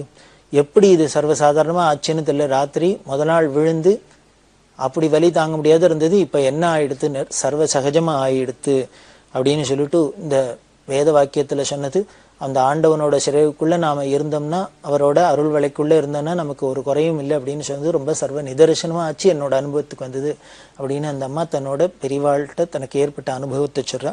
அப்ப சொல்லிட்டு சொல்றா, இப்ப ஏற்பட்ட ஒரு குரு இருக்கிறதே அவரோட நாம பக்தாள்னு அவரோட அந்த விங்குக்குள்ள இருக்கிறதே நாம ஏன் கவலைப்படணும், நமக்கு என்ன கஷ்டம் வரப்போறது, சிரமம் வரப்போறது அப்படின்னு சொல்றா. இப்படி அவ சொல்ற இந்த தைரியம் எல்லாம் தான் நமக்கும் ஒரு மருந்தா இருக்கு. அதனால எல்லாருக்கும் மனுஷான்னா பல சிரமங்கள் வரும், கஷ்டங்கள் வரத்தான் வரும். அதுக்கு ஒரு அருமருந்தா என்ன இருக்குன்னு பெரிவாங்கிற ஒரு மருந்து இருக்கு. அருமருந்து ஒரு தனி மருந்து, அம்பலத்தை ஆடும் மருந்து அப்படின்னு ஒரு மகான் பாடுறாரு. வைத்தீஸ்வரன் அப்படின்னு பேரு, பேஷஜம் விஷக் அப்படின்னு வேதமும் சொல்றது. அவரே மருந்தான், அவரே டாக்டராம். மற்ற இடத்துலாம் டாக்டர் வேற மருந்து வேற. டாக்டர் சொன்ன மருந்து சாப்பிட்டாதான் வைத்தியம் பலிக்கும், குணமாகும். ஆனா இங்க என்ன, அந்த ஈஸ்வரனே மருந்தாவும் இருக்கு டாக்டராகவும் இருக்காரு அப்படின்னு சொல்லி அப்பேற்பட்ட வைத்தீஸ்வரனும் பெரியவாளை நாமும் வழிபட்டு நம்மளோட வினைகள்லாம் களைய பெறுவோம். அப்படி இருக்கிற பெரியவாளோட வைபவத்துல தொடர்ந்து நாம அனுபவிக்கலாம். பெரியவா சரணம். இந்நிகழ்ச்சியின் அடுத்த பகுதி நாளை மாலை இதே நேரத்தில் ஒளிபரப்பாகும். பெரியவா சரணம். பெரியவா சரணம். அடுத்த நிகழ்ச்சி திருவாசக இன்னிசை. வழங்குபவர் ஸ்ரீ சத்குருநாத தேசிகர் அவர்கள். பெரியவா சரணம். திருச்சிற்றம்பலம். அருள் 10. சோதியே சுடரே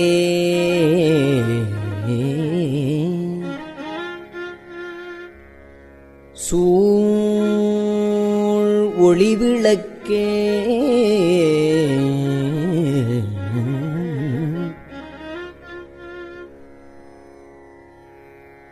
சோதியே சுடரே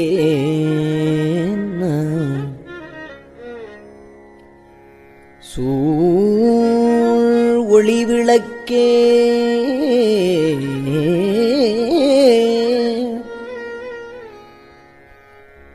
சுரிகுழற்பனை முலை மடந்தை பாதியே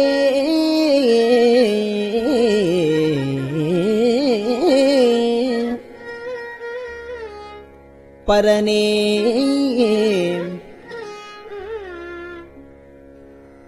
பால்கொள் வெண்ணீற்ற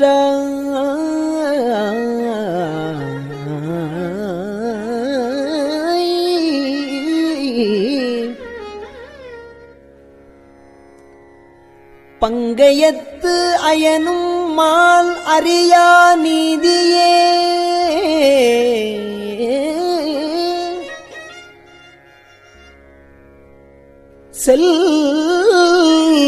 செல்வத்திருப்பெரும் துறையில்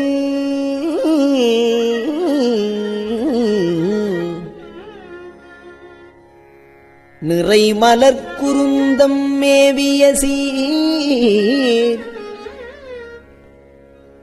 ஆதியே அடியேன் ஆதரித்து அழைத்தால் அதந்துவே என்று அருளாயே.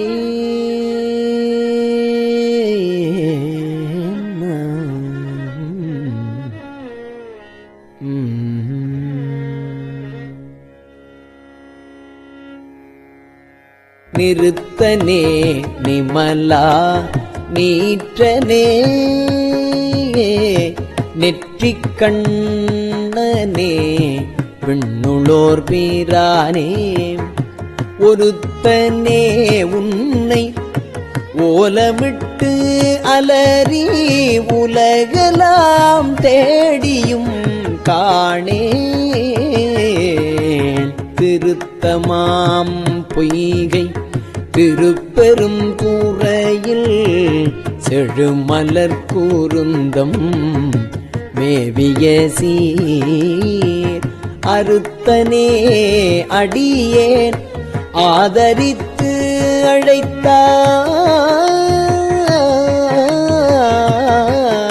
அழைத்தால் அறுத்தனே அடியேன் ஆதரித்து அழைத்தால் அதந்துவே என்று அருளாயே.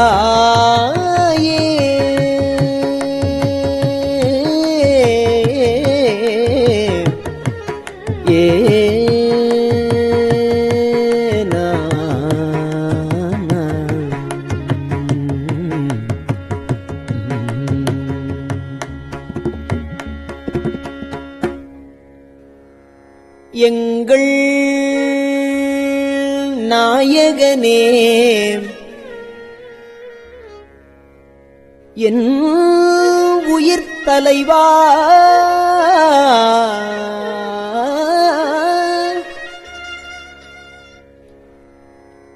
ஏலவார் குழலிமார் இருவர் தங்கள் நாயகனே தக்க நற்காமன் தனது உடல் தழல் எழ விழித்த செங்கண் நாயகனே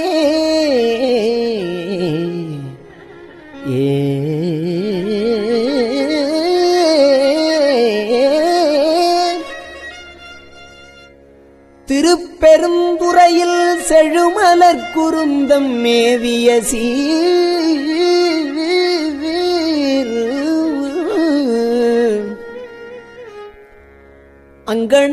அங்கனாடியேல் ஆதரித்து அழைத்தால்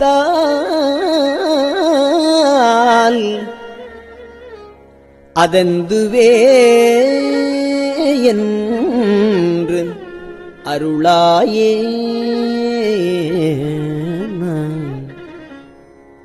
கமலனான் முகனும் கார்முகில் நிறத்து கண்ணனும் நண்ணுதற்கு அரிய விமலனே எமக்கு வெளிப்படாய் என்ன வியந்தழல் வெளிப்பட்ட எந்தாய்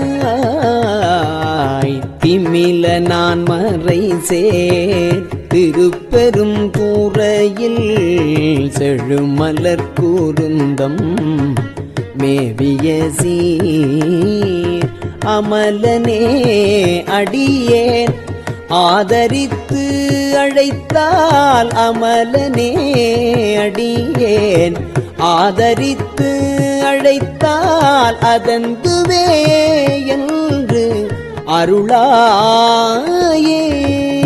அமலனே அடியேன் ஆதரித்து அழைத்தால் அதந்துவே என்று அருளாயே.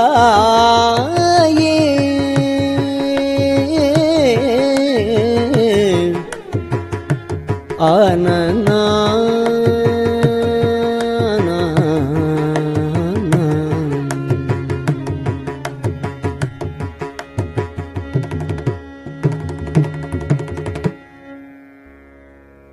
துடிகொள் நேரிடையாள் சுரிகுழல் மடந்தை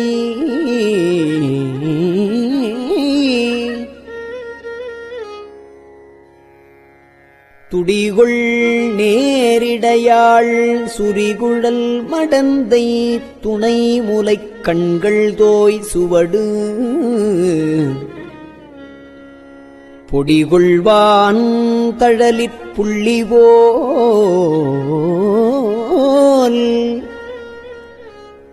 இரண்டு பொங்கு ஒளி தங்கு மார்பினனே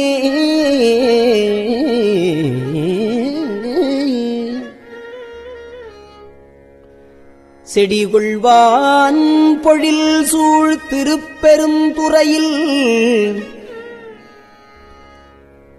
செழுமலர் குருந்தம் மேவிய சீர்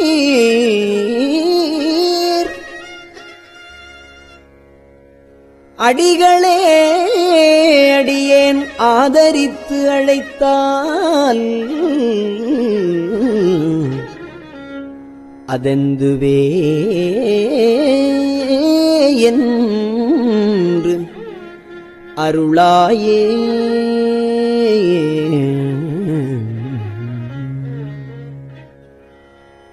துப்பனே தூயாய் தூய வெண்ணீரு துதைந்து எழுது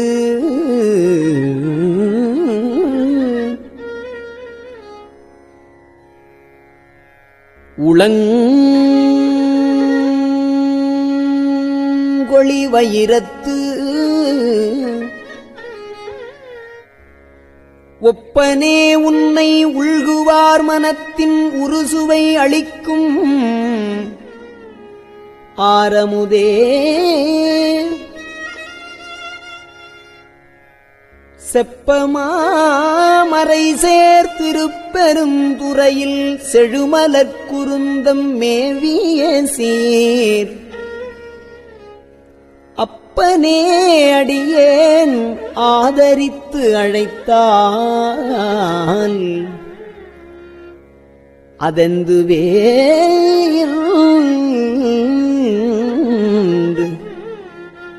அருளாயே.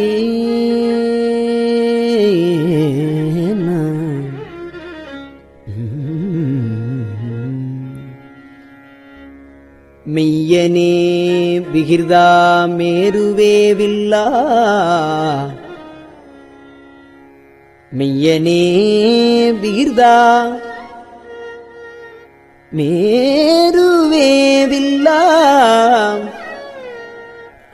மேவலரு புறங்கள் மூன்று எரித்த கையனே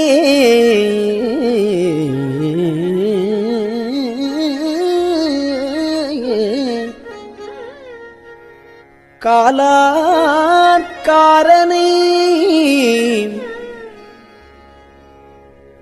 காலால் காலனை காய்ந்த கடும் தளர்ப்பிழம்பன்ன மேனி செய்யனே செல்வத் திருப்பெருந்துறையில் செழுமலர் குருந்தமே வியசீர் ஐயனே அடியேன் ஆதரித்து அழைத்தால்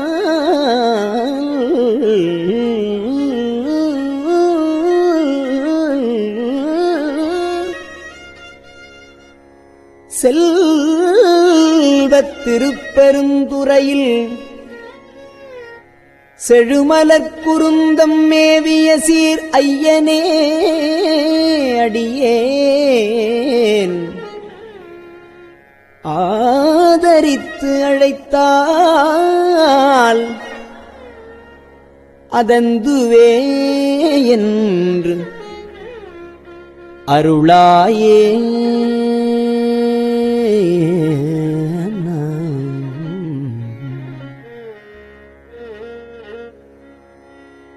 முத்தனே முதல்வா முக்கண்ணா முனிவா முட்டு அறாமலர் பறித்து இறைஞ்சி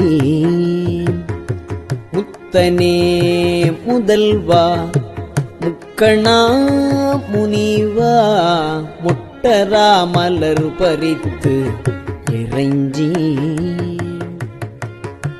பத்தியாய் நினைந்து பரவுவார் தமக்கு பத்தியாய் நினைந்து பரவுவார் தமக்கு பரகதி கொடுத்து அருள் செய்யும் சித்தனே செல்வ திருப்பெருந்துறையில் செழுமலர் கூருந்தம் மேவிய அத்தனே அடியேன் ஆதரித்து அழைத்தால் அதந்துவே என்று அருளாயே.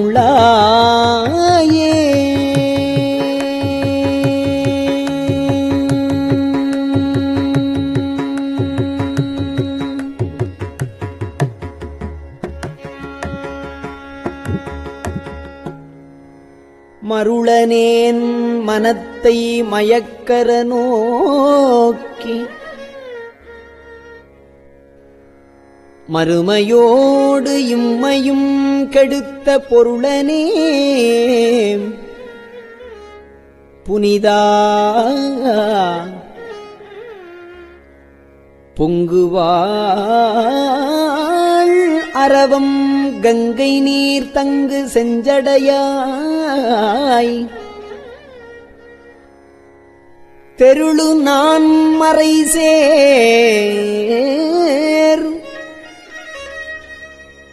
திருப்பெருந்துறையில்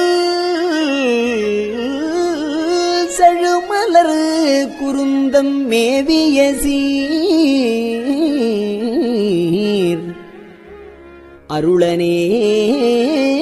அருளனேடியேன் ஆதரித்து அழைத்தால் அதெந்துவே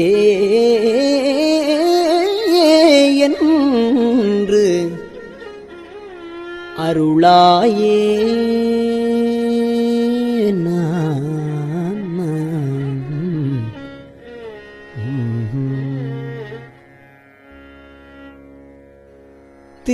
திருந்துவார் பொழில் சூழ் திருப்பெருந்துறையில் திருந்துவார் பொழில் சூழ் திருப்பெருந்துறையில் செடுமலர் குருந்தம் மேவிய சீர் இருந்தவாறு எண்ணி ஏசரா நினைந்திட்டு என்னுடைய எம்பிரான் என்று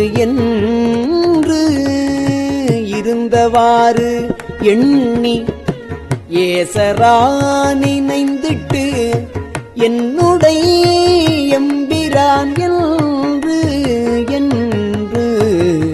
அருந்தவா நினைந்தே அருந்தவா நினைந்தே ஆதரித்து அழைத்தால் அலைகடல் அதனுளே நின்று அருந்தவா நினைந்தே ஆதரித்து அழைத்தால் அலைகடல் அதனுளே நின்று பொருந்தவா கையிலை புகுநெறி இது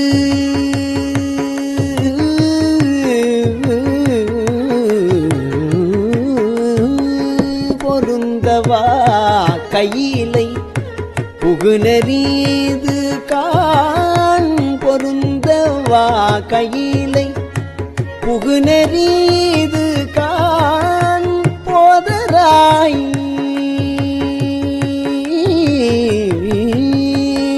பொருந்தவா கையிலை புகுநெறிது காண் போதராய் என்று அருளாயே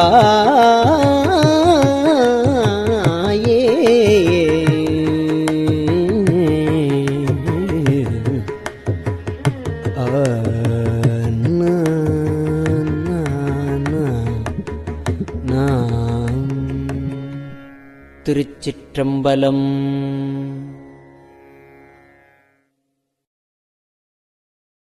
பெரியவா சரணம். இந்நிகழ்ச்சியின் அடுத்த பகுதி நாளை மாலை இதே நேரத்தில் ஒளிபரப்பாகும். பெரியவா சரணம். பெரியவா சரணம். பெரியவா வானொலியின் இன்றைய நிகழ்ச்சிகளின் நிறைவாக திருப்பொன்னூசல் வழங்குபவர் சத்குருநாத தேசிகர் அவர்கள். பெரியவா சரணம். திருச்சிற்றம்பலம். திருப்பொன்னூசல். ஆணோ அலியோ அறிவையோ என்று இருவர் காணா கடவுள் கருணையினால் தேவர்குழாம் நாணாமே உய்ய ஆட்கொண்டு அருளி நஞ்சுதனை ஊனாக உண்டருளும் உத்தரகோசமங்கை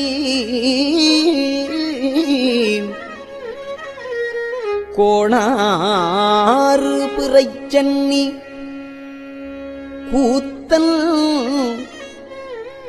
குணம் பரவி பூணாறு வனமுலையீர் பொன்னூசலாடாமோ.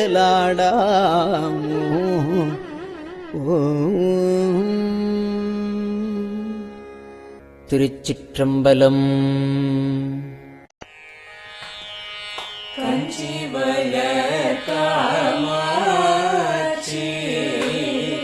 தங்குழந்தாய் சங்கரரே கஞ்சிவளர காமாட்சி தங்குழந்தாய் சங்கரரே குரு சந்திரசேகரரே உறங்கிடுவீர்களே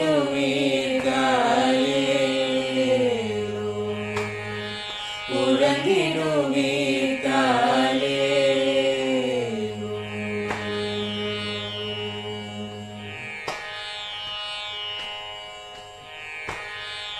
ஆதிகுரு சங்கரராய் அன்றொரு நாள் வந்தவரே அறுபத்து எட்டாகும் ஏகபதி காலே ஏழுலகம் பூப்பவரே காப்பவரே கரப்பவரே எல்லோர்க்கும் அருள்பவரே உறங்கிடுவீர்களே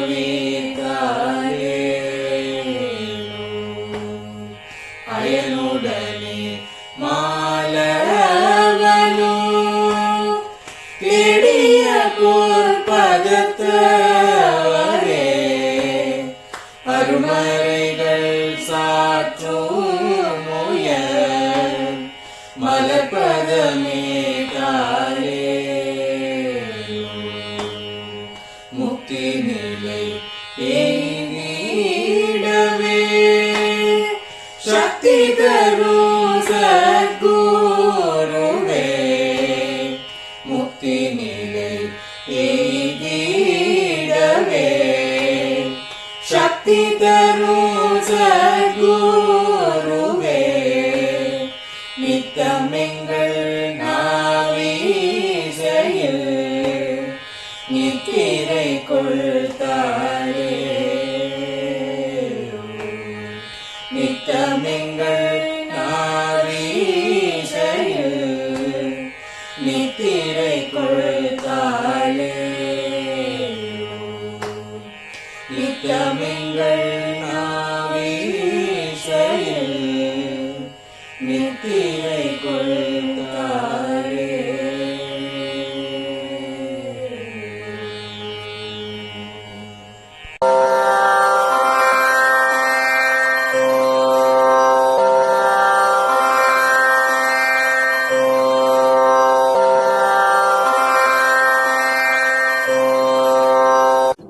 பெரியவா சரணம்.